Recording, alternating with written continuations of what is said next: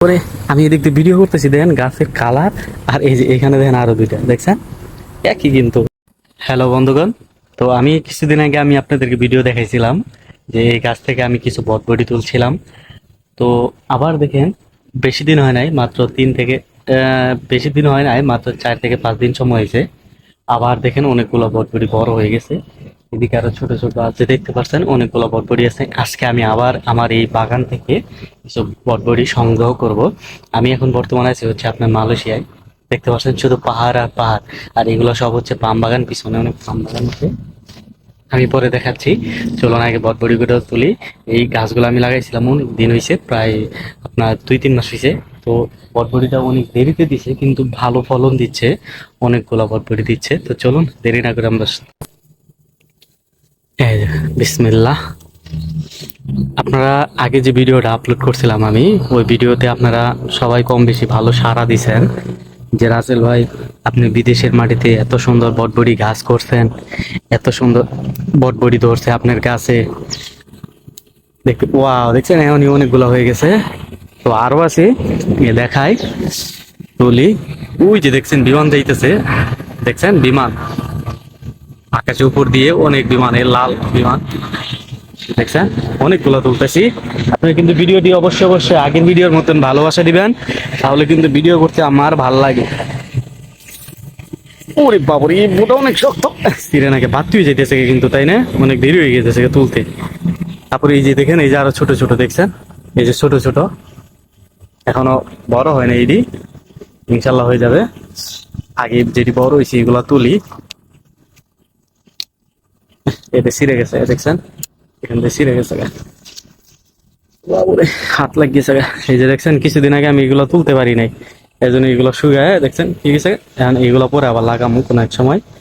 এই গাছগুলা যখন মারা যাবে, একদম শুকিয়ে যাবে, অনেকদিন হবে, তখন কাইটা এখানে আবার নতুন করে মাটি, নতুন করে আবার মাটি করতো পেরা, কি বলেন, সুন্দর করে আবার এই বিচিগুলা দিয়ে লাগাম। এই যে যেহেতু শুকনো আছে এগুলা। আল্লাহ আল্লাহ গো, ভালোই লাগে, অনেক সুন্দর। মালয়েশিয়ান মালয়েশিয়ান এরকম মনে হয়, বুঝছেন, বটবটিগুলো অনেক অনেক ভালো, খুব সুন্দর আছে। সেদিন রানছিলাম মাছ দিয়া, আপনার সিকাপ মাছ আছে, সিকাপ মাছ দিয়ে রানছিলাম, অনেক সুন্দর হয়েছে। সিলভার কাপ আমরা যেটাকে বলি বাংলাদেশে, সেই মাছ দিয়ে রানছিলাম, অনেক সুন্দর লাগছিল। ফুলকপি দিয়ে রানছি, আলু দিয়া। তো আজকেও ইনশাল্লাহ দেখি কি দিয়ে রান্না করা যায়। দেখতে পাচ্ছেন কতটি তুলছি, একদম ফ্রেশ কিন্তু, তাই না? কালার গুলা দেখেন, একটাও কিন্তু পোকা নাই। আর প্রত্যেকটা সাইজ কিন্তু আপনি দেখেন, প্রত্যেকটা সাইজ কিন্তু একই রকম। আর এই যে এখানে ছোট ছোট ফুল আইছে, অনেকগুলো ফুল আইছে, দেখছেন আরো আছে। ওইদিকে আমি যাই, আপনাদের দেখাই। আপনারা কিন্তু ভিডিওটি অবশ্যই অবশ্যই শেয়ার দিবেন ভাল লাগলে। দেখছেন ওই দিনকে দেখাইছিলাম না, এগুলো দেখছেন শুকাই গেছে গা। তারপর ওই যে দেখছেন দেখা যায়, ওইটিও দেখছেন শুকাই গেছে, দেখছেন এইটিও শুকাই গেছে। পারতে পারিনি, বুঝছেন, আমি তো দেখিনি প্রথমে যে এতগুলা বটবটি ধরছে। পরে আমি এদিক দিয়ে ভিডিও করতেছি, দেখেন গাছের কালার, আর এই যে এখানে দেখেন আরো দুইটা, দেখছেন একই কিন্তু, একই কালার, এর জন্য দেখা যায় না।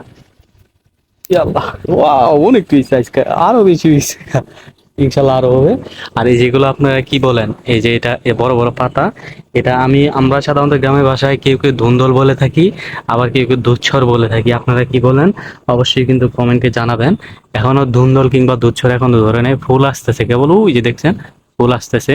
এইগুলো হচ্ছে পাপায়া, মালয়েশিয়ান ভাষায় পাপায়া বলে পেঁপেকে। পাপায়া খাইছিলাম, পেঁপে খাইছিলাম, তো পেঁপের বিচিগুলো এখানে লাগাইছি। দেখতে পাচ্ছেন অনেক সুন্দর কিন্তু গাছগুলো হয়ে গেছে, বড় হয়ে গেছে। তারপরে এই যে এখানে বড়ই আনছিলাম দেশ থেকে, বড়ই গাছ হয়েছে, দেখছেন বিচিগুলো ফালাইছিলাম। আর এটা পেঁপে গাছ, এটা পেঁপে গাছ, বড়ই গাছটা কিন্তু অনেক বড় হয়েছে।